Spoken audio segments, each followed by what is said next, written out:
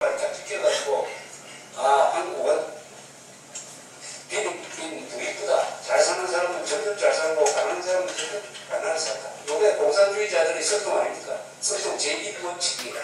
자본주의는 부익부 빈익빈으로 해가지고 망한다. 경기가 반드시 일어나야 된다. 요 이론에 넘어가가지고 그래서 저는 한국의 보수층, 기득권층에서 이제 문제가 생겼습니다. 보수층 기득권층이 좌경화되고 있습니다. 그래서 강남좌파를 가리키서 나온 겁니다. 강남좌파. 강남에서 살면은 나라에 감사하게 생각을 하고 나를 지키는데 돈도 많이 쓰고 책임감을 가져야 되는데 강남에 살면서 자기가 가난하다, 억울하다고 생각을 하면 이 체제가 유지가 되거든요. 자, 65년부터 80년까지 9.5% 소득 분배도 세계에서 가장 공정입니다. 그러면 가난한 사람은 어떻게 됩니까? 거기도 통계가 있어요. 60년 통계입니다. 60년 통계를 보면은 하위 40%는 의 소득 증가율이 5.5%입니다. 즉, 그 나라의 평균 증가율하고 같았습니다. 빈이 아니었어도 가난한 사람도 같이 소득이 있는 겁니다. 가난한 사람도 소득이 같이 있는, 가난한 사람과 부자가 소득이 같이 늘었어요. 한국 부자의 성향은 재벌이 잘 살았기 때문에 가난한 사람들이 가난해졌습니까? 서울이 발전했기 때문에 농촌은 더 가난해지고 그랬습니까? 공급이 발달했기 때문에 농사꾼들은 그러면 죽었습니까? 지금 좌익들은 그런 식으로 가르치고 있잖아요. 교과서도 그런 식으로 가르치고 있습니다. 다 같이 잘 살기를 농촌과 도시와 가난한 사람과 부자와 전라도 사람과 경상도 사람이 같이 잘 살게 된 거 아닙니까? 이것을 이제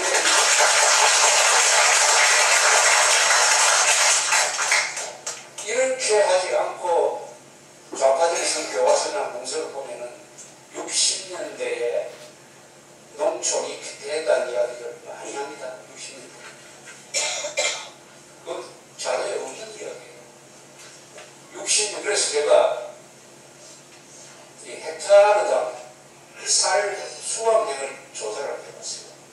헥타르, 1헥타르는 약 3,000평이 됩니다. 우리가 일본하고 비교하면은 이 수확량이 굉장히 2분의 1밖에 되지 않습니다. 일제시대 때 그렇게 일본 사람들이 뭐 제방도 샀고 술이 안 된다고 만들고 했지만은 일제시대 50년대까지 헥타르당 쌀 수확량은 일본의 2분의 1밖에 되지 않습니다. 2분의 1. 그러다가 언제부터 확 넘냐? 5.6 이후부터입니다. 5.6 이후부터 쌀 생산량이 단위당 면적당 쌀 생산량이 늘어가지고 드디어 77년에 가면은 70대 말에 가면은 우리가 4.5톤, 일본이 4.2톤 해가지고 우리가 일본보다 쌀 생산량, 단위당 쌀 생산량이 더 올라갑니다. 왜 이렇게 됩니까? 농촌 투자를 했기 때문이죠. 투자를. 뭘 투자를 했느냐? 수비 안 된다. 요새 수비 안 된다. 천수다. 이런 말 별로 안 쓸 거예요. 옛날에 많이 썼죠. 수비 안 된다. 그러니까 가뭄에 관계없이 항상 물이 오는 것을, 물을 보급받을 수 있는 것을 수비 안 된다고 하지 않습니까? 이게 5.16에 났을 때는 전체 농 중에서 50%밖에 안 됐습니다. 50%. 그러다가 한 5, 6년 사이에 이게 75%로 늘어납니다. 왜냐? 지하수계가 관정이라는 거죠. 관정. 농촌에 사신 분들 관정 뚝지 많이 했지 않습니까? 관정을 박정희 씨 때만 해도 약 전국에 15만 개를 들었습니다. 15만 개. 그런데 그전에는 뚫어도 깊게 안 들어가니까 지하수를 제대로 발견하지 못했어요. 박정희 시절에 들어오면은 농기구가 아주 새로운 농기구가 만들어집니다. 트랙터도 만들어집니다. 지하수 뚫는 기계도 점점 발전을 해요. 그러니까 지하수 밟은 확률이 많아집니다. 그러니까 수리 안전답이 늘어난다.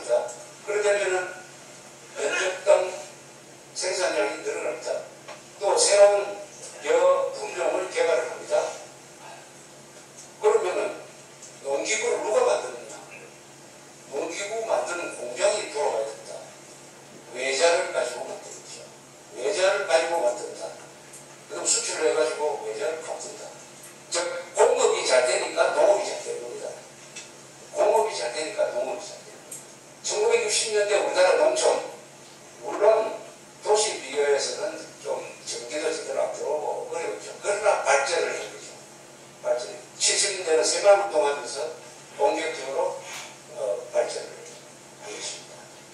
이런 관계를 설명하지 않고 좌익들은 박정희의 개발은 도시 중심, 공업 중심 이렇게 해가지고 농민들, 노동자, 도시 민민들이 착취당했다 이거니까 착취당했다.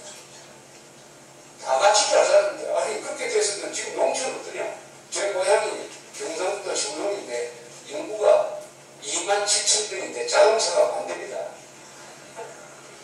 안 돼. 지금 농촌에 가면 자동차 없으면 생활이 불가능합니다. 도시에서는 자동차가 없어도 대중교통 됩니다. 농촌일수록 자동차가 많아요.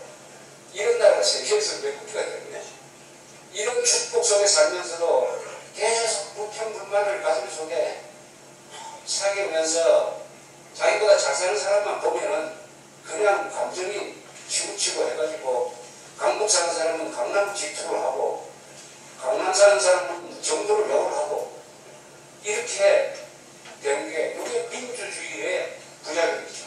민주주의의 부작용.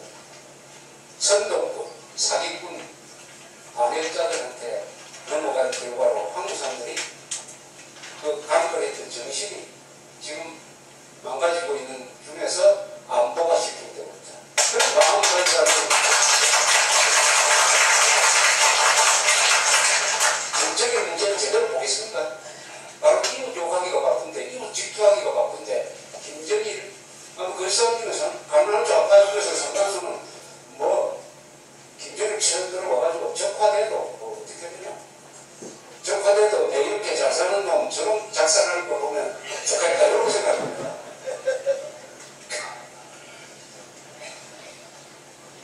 그래서 이 박 대통령의 개발이 이것은 기적이, 이런 점에서 기적이에요. 재벌을 앞세워서 재벌을 키워서 경제의 부를 늘리고 그걸 농촌도 노동자도 도시 주민도 서로 갈라가지도록 만든 전략을 쓴다. 그렇게 하려면 어떤 전략을 쓰느냐? 잘하는 사람을 도와줘야 됩니다. 가난한 사람을 도와주면 안 돼요. 그렇게 생각했습니다. 박 대통령은. 가난한 사람보다는 차라리 부자를 더 도와주라. 열심히 하는 사람을 도와주라. 가난하다는 이유 때문에 도와주지 말고 가난한 사람이 열심히 하려고 하면 더 도와주라. 이렇게 된 거죠. 그러니까 대기업 중심으로 갔습니다. 새마을운동할 때도 잘하는 마을 적극적으로 지원을 했어요. 이게 무슨 전략이냐? 최고를 더 최고로 만들어야 최저가 없어지는 겁니다. 전체가 높아요. 최고를 더 최고로 만들면 최저가 없어진다. 그런데 이걸 하려면 얼마나 욕을 많이 먹겠습니까? 욕을. 그래서 박 대통령이 지금도 그 욕을 박 대통령이 다 보고 있다. 그런데 따져보면 다 엉터리.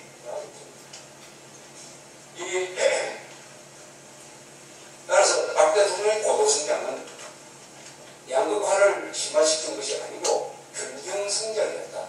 라고 우리가 이야기해야 됩니다. 박정희의 고도성장은 불균형 성장이었다고 이야기를 하는데 이 말도 안 맞는 말이에요. 불균형 성장. 인간사는 다 불균형입니다. 그걸 감안하고 박 대통령 시절은 균형성장이었습니다. 균형성장이었다. 이렇게 보는 게 맞다. 뭐 말씀드립니다.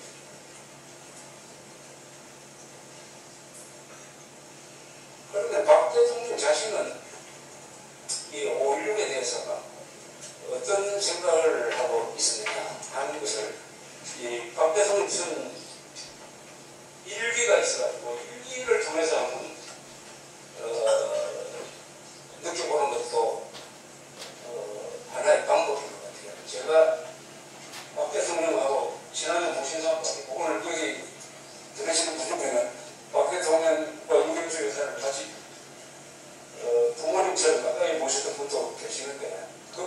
설명을 하면 더 실감이 나겠는데 저는 한 번도 박 대통령 소리하고 본 사람을 본 적이 없습니다.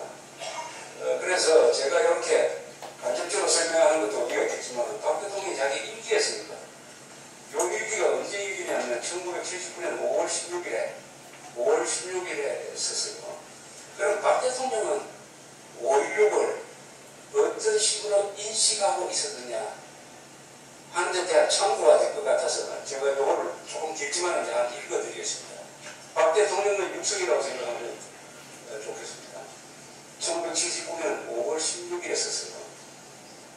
첫 문장이 이렇습니다. 5.16 혁명은 제18회 기념일이다. 1961년 5월 16일 우란의 위기에 직면한 조국을 구하려 아니 구하겠다는 생각보다는 가만히 앉아서 좌심만을 할 수는 없다는 모두의 일념으로 혁명 국민들이 굴비한 것이 5.16이었다. 뚜렷한 경력이 있었던 것도 아니었다. 남바와 같이 뭉클어지고 부패, 부정, 무질서, 부조리, 정체, 무기력 이러한 단어들이 5.16 당시의 우리 사회의 일면을 단적으로 표시한 표현이었을 것이다. 이러한 모든 사회 악과 부조리를 과감하게 척결하고 우리 사회에 새로운 신풍을 흡입하기 위해서도 5.16은 필수적이었다. 그러나 혁명을 단행하고 구정치인들로부터 정권을 인수한 혁명정부는 너무나 막중한 과제들이 기다리고 있음을 알게 되었다.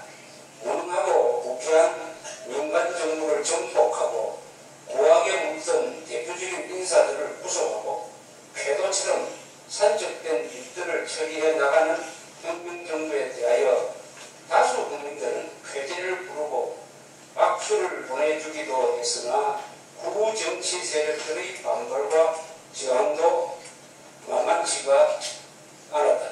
그들은 외세를 빌어서, 이거 미국입니다. 외세를 빌어서 혁명정부를 빨리 종식시키고 다시 자기들이 정권을 장악하겠다는 집념에 차 있었다. 혁명정부의 과감한 개혁이 진행되는 과정에 혁명 주체 세력 내부에도 다소의 내분이 없지 않아서 고민을 한 적도 한두 번이 아니었다. 1963년 12월 17일 민정 이양을 위한 선거로서 제5대 민선 대통령으로 당선된 나의 취임식이 중앙청 광장에서 거행되고 군정은 완전히 민정으로 이양이 되었다. 5.16 혁명 18주년을 맞이하여 지나온 18년간을 회고하여 감회가 무량하다. 조국 근대화 과업도 이제 결실기에 들어섰다. 1, 2차, 3차 5개년 계획이 대체로 순조롭게 진행이 되어 우리의 국력도 괄보하니만큼 크게 신장하였고 공업화도 착착 추진되어 5.16 당시와는 비교하기 어려우리만큼 나라의 모습이 변모하였다. 남들은 한국의 기적이니 한강의 기적이니 하고 우리가 걸어온 도전과 결과에 대하여 찬사를 보내고 있다. 우리 국민들도 이제 민족적인 긍지와 자주정신 그리고 우리도 하면 된다는 자신감들이 과거 어느 때보다도 고조되어 있다. 자기들 스스로의 피땀으로 이룩된 성과에 대하여 보람과 자랑을 느끼고 있는 것이다. 70년대 초에 시작된 새마을운동과 72년 가을에 단행된 10월 유신은 우리의 과학을 촉진시키는데 결정적이고 절대적인 영향을 미치게 되었다는 것은 의심의 여지가 없다. 그러나 우리의 과학이 열매를 맺으려면 아직도 요원하다. 더욱 분발하고 총화로서 정진이 있어야 할 것이다. 이 과학 수행 도중에 나의 인생의